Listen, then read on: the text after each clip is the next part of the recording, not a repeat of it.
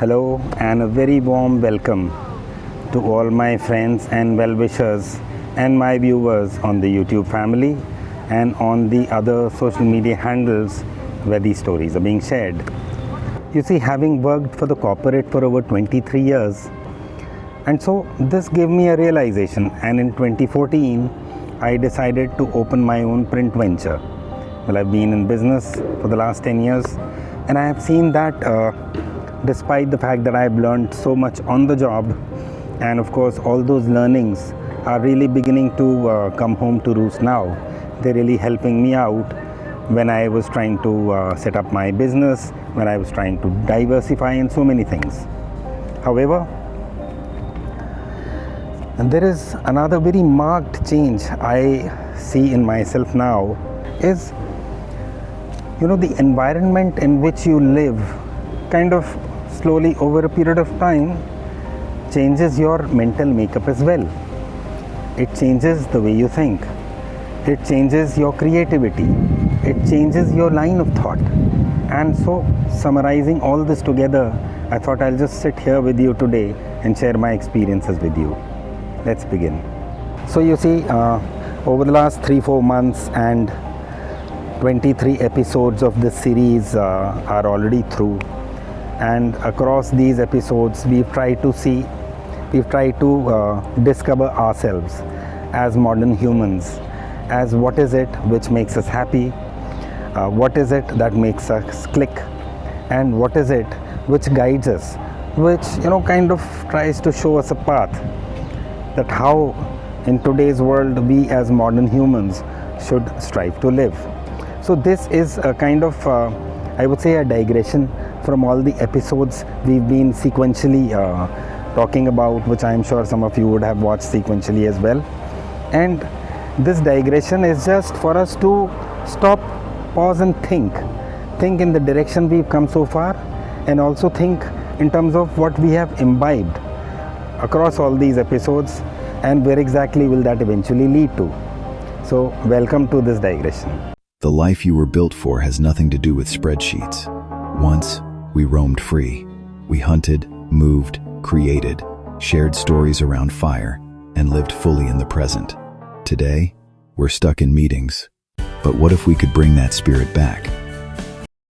I have embarked upon this 30 episodes journey towards freedom and happiness, to share my own experiences by way of having lived this life, including managing work profiles, career progression, planning for a future, and most importantly, a work-life balance. Corporate life is fast-paced, with constant decision-making being a constructive part of your team and also getting along with your colleagues in other functions. It involves long working hours, frequent travel and meeting deadlines with a constant juggle between different activities, and also take time out for ourselves and our families. It is a journey which I hope at the end of it all will teach me a lot about things, including discovering my own self, sharing my experiences with you folks as well, and eventually benefit us all.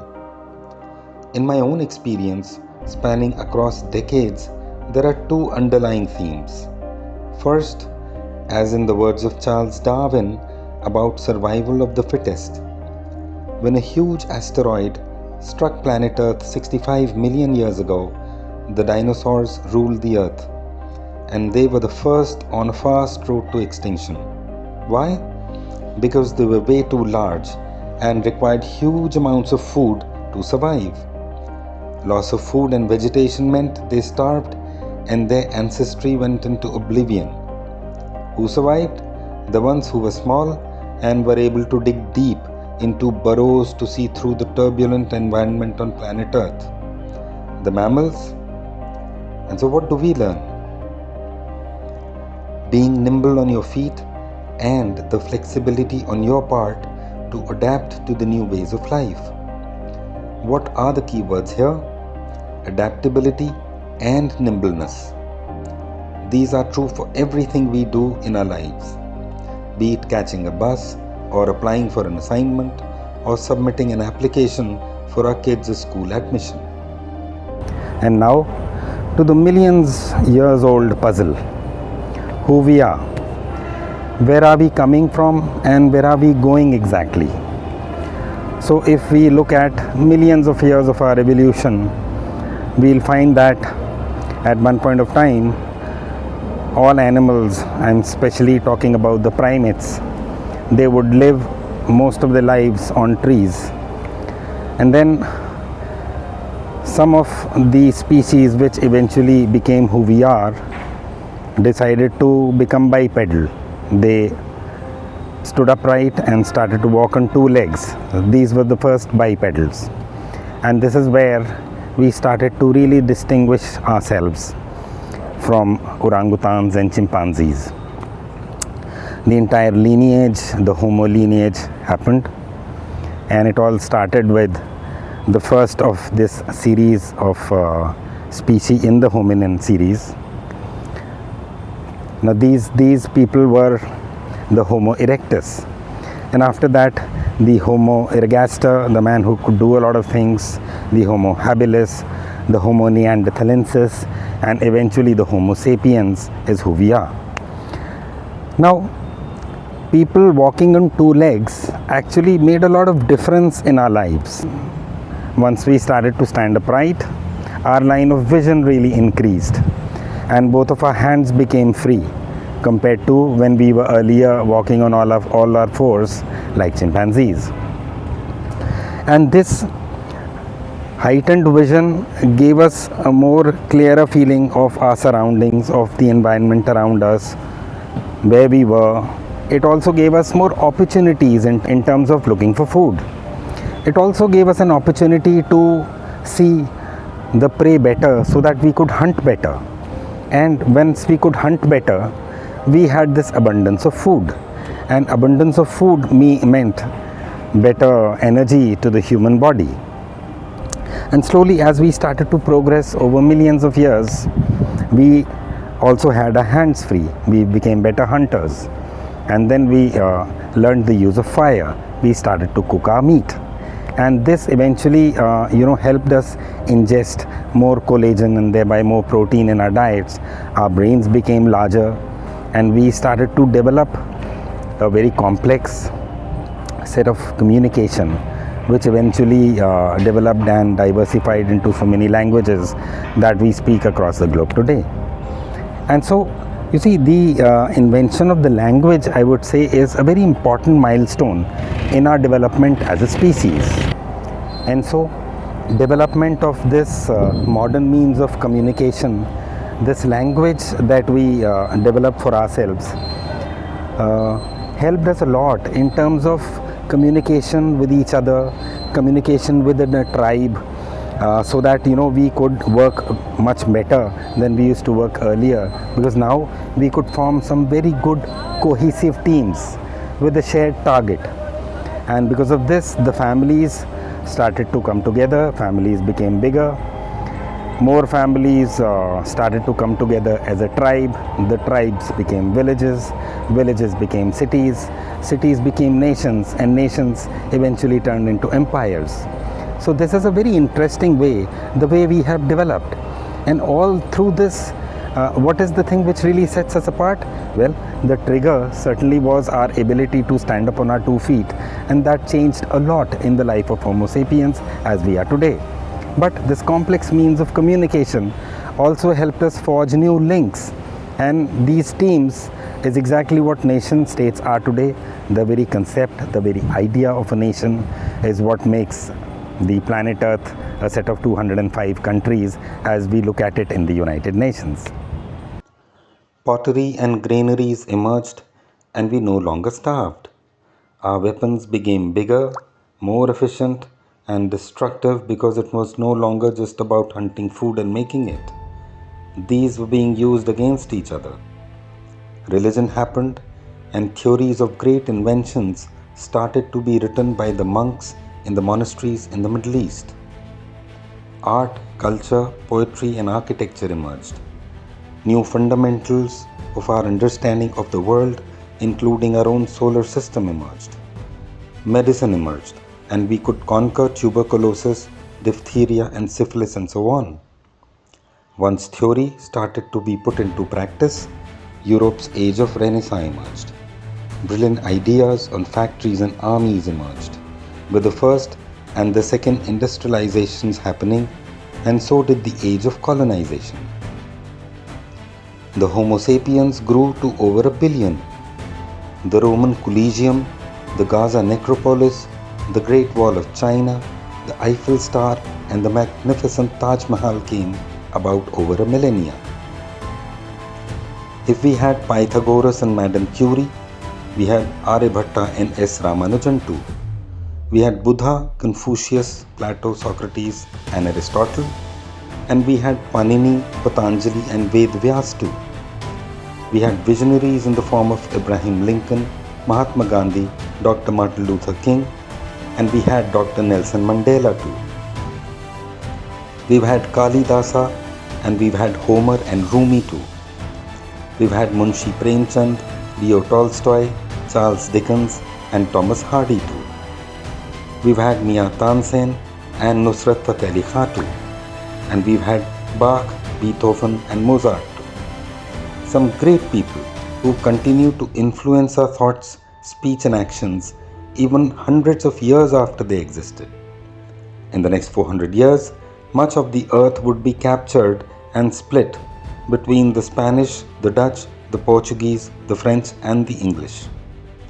2 world wars later, and the independence of over 150 countries in the subsequent decades post World War II brings us to the stage where we are.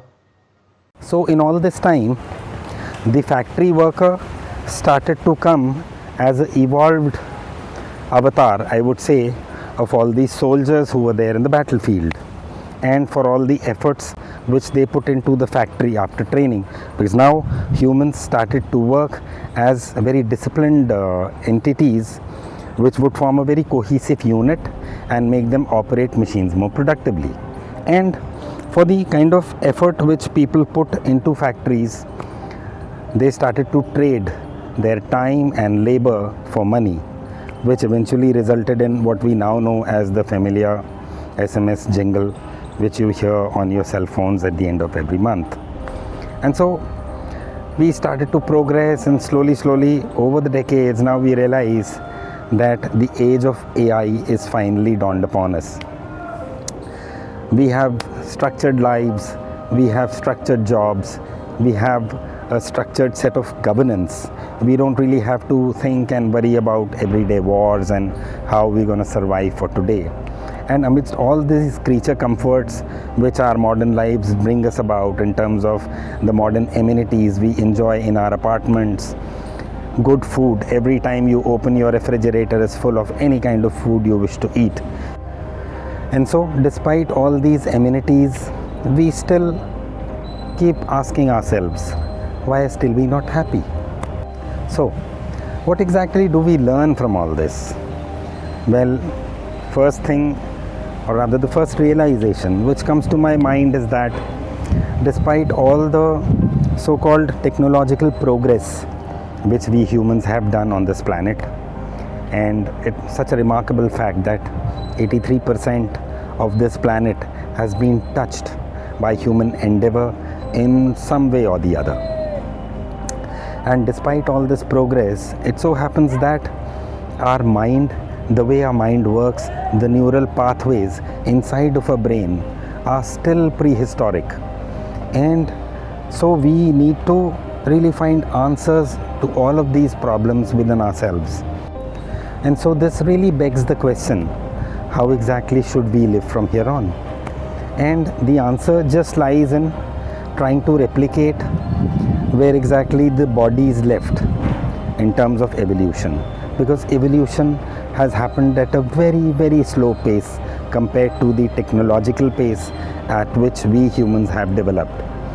So good food, good natural food rather, I would say, plenty of exercise, and kind of replicate the hunter-gatherer lifestyle has simply become non-negotiable in today's modern life. Also, the lifestyles which revolved around communities where a group of people would live together is again gaining more and more importance, because that's how we are wired to live. And so these things really need to be a major part of your lifestyles of today.